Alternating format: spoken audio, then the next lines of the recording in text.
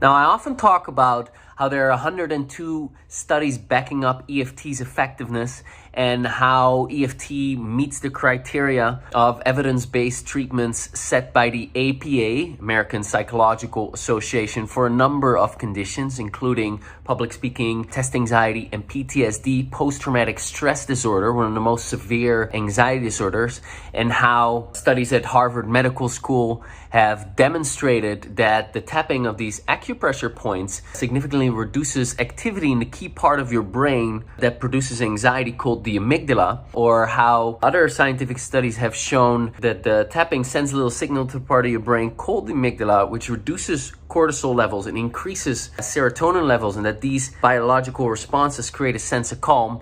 And these are all little interesting facts. However, it's far more interesting when you see what the real science is behind it and how that compares to the amount of science that's been done on other psychology modalities or other psychology techniques. And for that, I'm going to replay a video, part of a video that I created earlier that I put a lot of work into. And it's really, really inspiring to see. And I think that's going to be really, really helpful for you. So I'll play it for you right now. Now, to demonstrate how significant this amount of research is, let's look here at this pyramid-shaped diagram that demonstrates the hierarchy of scientific evidence. And I have to thank my colleague Steve Wells for this, who's a psychologist and a leader in the field of energy psychology, because I got it from him. This triangle-shaped diagram is divided up into 6 different levels. At the bottom is the weakest level of evidence, and at the top is the strongest scientific evidence. Now, the bottom level is colored blue, as you can see, and reads anecdotal reports. That is, like hey, my friend tried this and he got a great result. You should try it too. It's very weak evidence. The next level up is purple and reads systematic observation. This is a lot better, but not strong either. Above that, you see case studies in red. Again, this is stronger evidence, but here it's just individuals. The next level up from that is orange and reads uncontrolled outcome studies. Now here you measure groups before and after treatment. And you can see, okay, they had this problem before, we applied this treatment, and now they have improved this much, or they don't have the problem anymore, which is again stronger evidence. But here the challenge is that there's no control group to compare the results with. So while you can say, hey, this group had this problem, we did this, and now they're all better, people can still say, well, if you would have taken another group of people, they might have gotten better anyway without your treatment. So to really make it clear that something is effective, you need to have a control group, which brings us to the second highest level in the pyramid of scientific evidence. It reads randomized controlled trials and is colored gold. It's gold because it's considered the gold standard in clinical research to measure the effectiveness of a new intervention or treatment. Now, in a randomized control trial, you randomly assign participants to 2 groups. An experimental group, let's say group A, and a control group, group B. And you compare the outcomes against each other after treatment. Let's look at an example of one randomized control study in 2016. Here the study tested the effects of EFT tapping on PTSD, post-traumatic stress disorder, in war veterans. Now, PTSD is one of the most severe anxiety disorders, and it's a common condition under war veterans, and it is often regarded as treatment resistant. Now, this study recruited 58 veterans who scored 50 or greater on the military PTSD checklist, the PCLM, which indicates clinical symptom levels. 26 of them were randomized into a control group called the Treatment as Usual TAU waitlist group. And the other 32 were put in an experimental group. Those in the experimental group received 6 one-hour EFT sessions in addition to TAU, Treatment as Usual. Now, after the treatment, the EFT group demonstrated a significant reduction in PTSD symptoms. The mean score of participants on the PTSD test before treatment was 66, And after the treatment, the mean score was only 34. By the way, the mean score is like the average. And subjects in the TAU, the treatment as usual group, showed no significant change. By the way, it gets even better. Not only did the veterans keep their improvements at 3 and 6 month follow-up, also the psychological conditions such as anxiety and depression had declined significantly, as did physiological markers of insomnia and pain. 95% of the veterans who completed the study no longer scored more than 50 on the military PTSD test. With a mean score of 34, they no longer had clinical PTSD.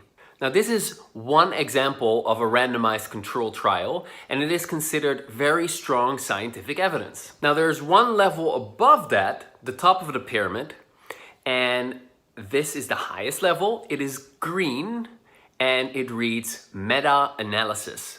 These can only be done when you have enough randomized controlled trials.